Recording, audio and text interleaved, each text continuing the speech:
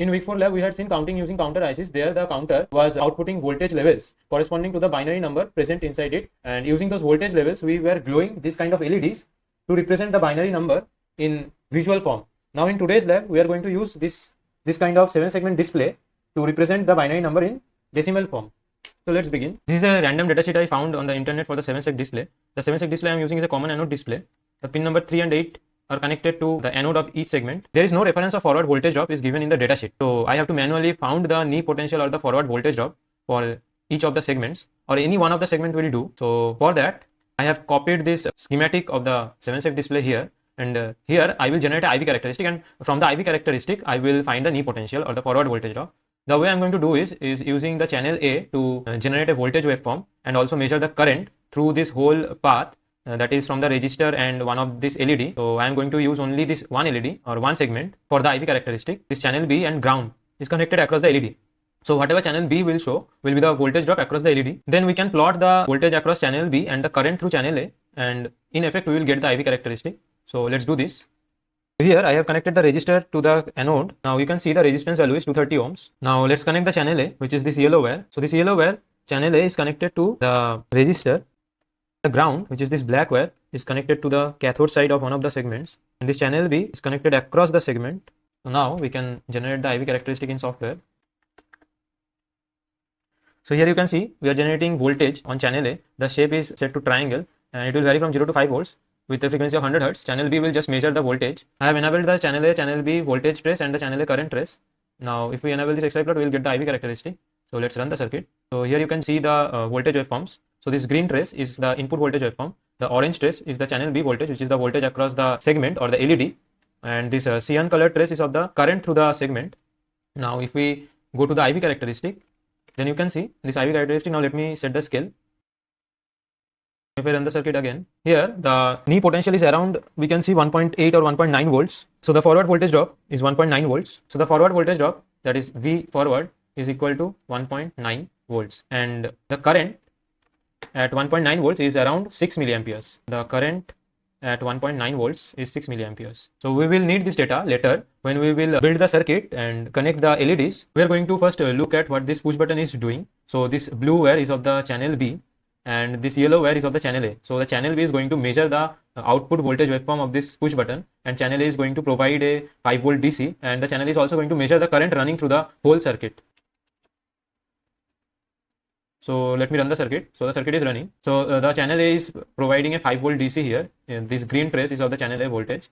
The cyan color trace is of the channel A current. So the current flowing through the circuit is around 9 milliamperes. So when there is no LEDs glowing in the 7-segment display, I have not connected the 7-segment display yet. So if we look at the waveform now, you can see that this current is still 9 milliamperes. So when there is no 7-segment display, the current, because we are providing 5 volt DC here and the IC of the comparator is working here, so all the current is due to this comparator IC. Now we are going to check the push button waveform. So this channel B voltage, which is the orange colored trace. Now if I push the button, let's check out the change in the waveform. So this orange color trace will change. So let's push the button. As you can see, the orange color trace has gone to 0 volts. That means when I push the button, hold it, the channel B voltage, which is the voltage across the push button, is 0 volts.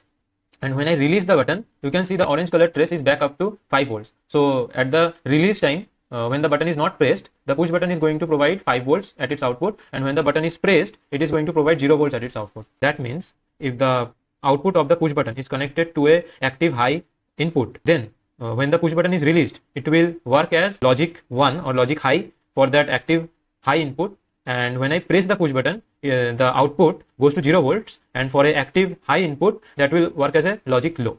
All the circuit around the push button, you can see this potentiometer and this capacitor and the another resistor is for debouncing the switch. This 7-segment display, we are going to use it for the ones place, and this 7-segment display we are going to use it for the tens place. I only have one 7-segment driver IC. That 7-segment driver IC is going to control the ones place, but for the tens place we are going to use our own control logic to control the digits on this tens place. So for now, let's focus on the tens place and forget about this ones place.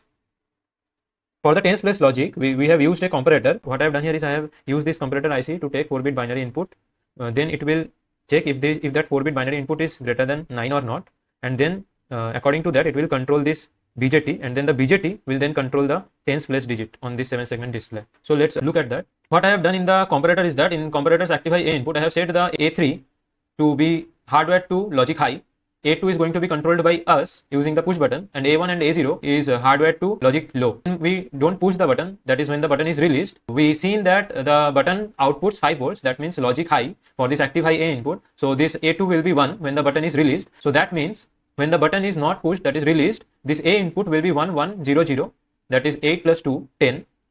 Sorry, 8 plus 4 12, and when the button is pressed, this button will output 0 volts or logic low. So this A2 will be 0, and at that time A input will be 1 0 0 0, that is 8. And the comparator's Active High B input is set to 9. All the B3, B2, B1, B0 inputs are hardwired to 1 0 0 1 respectively, and that means the B input is 9 always. Now let's check what happens when we take this push button output and control the A2 input of the comparator. Now this 7 segment display is not connected because this resistor is supposed to be at this point, and also this resistor is supposed to be at ground, but I have not connected them because I want to know what is the current flowing through each segment, and I want that current through each segment should be same, that is intensity of all the segments, that is this segment, then this segment, this segment, and this segment, all of the segments light intensity should be same. So I am going to measure the current running through each segment using the multimeter, and also we are going to verify that using the ADLM kit. So let's do that. So I've connected the resistors accordingly. Now let's check what happens when we push the button and when the button is released. So let me run the circuit. So I have run the circuit. So you can see when the button is released or it is not pressed, the output is 1, and if I press the button, then it becomes 0, and released it again, it becomes 1. Now we are going to check if the current running through each of this segment is same or not, because I want that each segment should have same intensity of the light. I'm going to run the circuit to check the current through these two LEDs. So when it will be 1, so this segment and this segment will turn on, and what I have done here is I have connected the multimeter's probe in series with these segments. So the multimeter is going to measure the current running through these two segments. So let's check that. Let me run the circuit. So I have run the circuit. So as we already seen, when the circuit was not running, the 7 segment display, the current in the ADLM was showing to be around 9 milliamperes, and now when the circuit is running the 7 segment display and these two segments are glowing, at this time in the ADLM oscilloscope, the current is around 15 milliamperes. That means the two segments are using 6 milliamperes of current, and that is being verified by this multimeter also. So let's stop the circuit and then check the current running through only one of these segments. So what I have done now is I have connected the multimeter probe in series with this. You can see the mouse pointer. So this segment is connected in series with the multimeter probes, and let's check what is the current running through that single segment. You can see that the multimeter is showing 2.53 milliamperes. That means the current running through the single segment is 2.53 milliamperes, and previously we have seen that both the segments, the current running through that was around 5 milliamperes. So the current is being divided in half in both the segments, and this is happening because the IV characteristic of each segment is mostly same. So the dynamic resistance at the knee potential is mostly same. That's why the current is being divided in equal parts.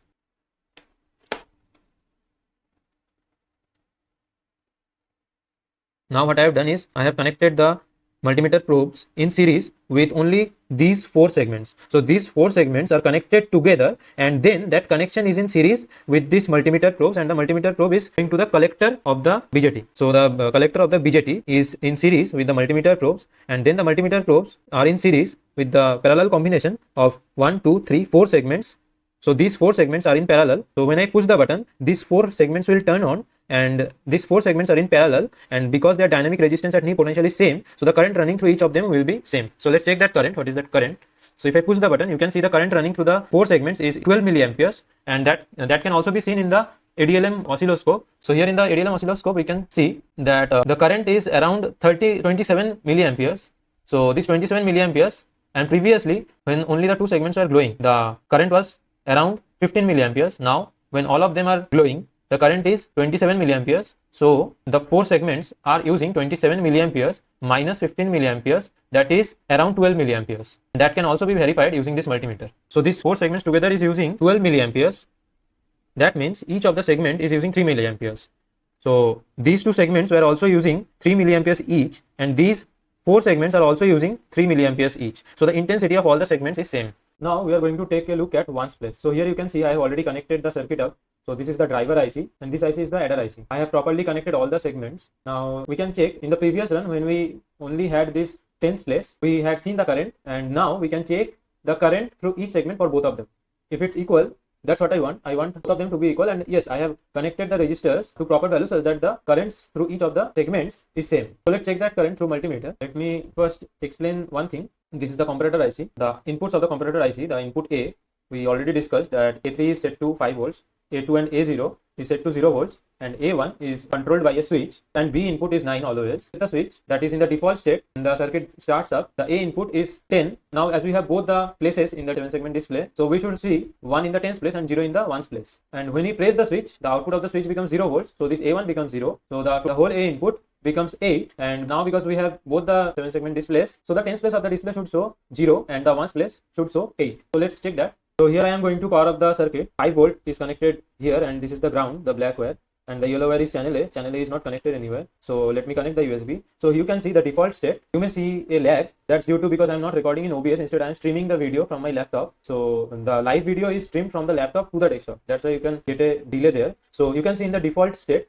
this is 1 and this is 0, because as we have already discussed, in the default state the output of the switch is 5 volts. So A1 is set to 1 and 1010 is 10. So we are getting 1010. Now pressing the switch, if I press the switch now, then the output of the switch will go to 0 volts. That will make A1 0, and then I should get 0 and 8. So you can see I press the switch and the output is 0 and 8.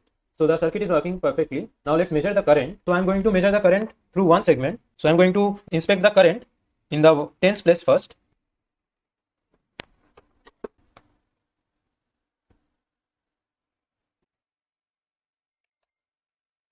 So I have disconnected the one segment. Now if I check the current, so I am going to put the multimeter probes in series with the segment. You can see the current is 2.3 milliamperes or 2.4 milliamperes. Now if I check the ones place, I will check one segment of the ones place. So the same thing I am going to do. I am going to put the multimeter probe in series. So you can see the current is 2.6 milliamperes. So it's mostly same. So the intensity is same.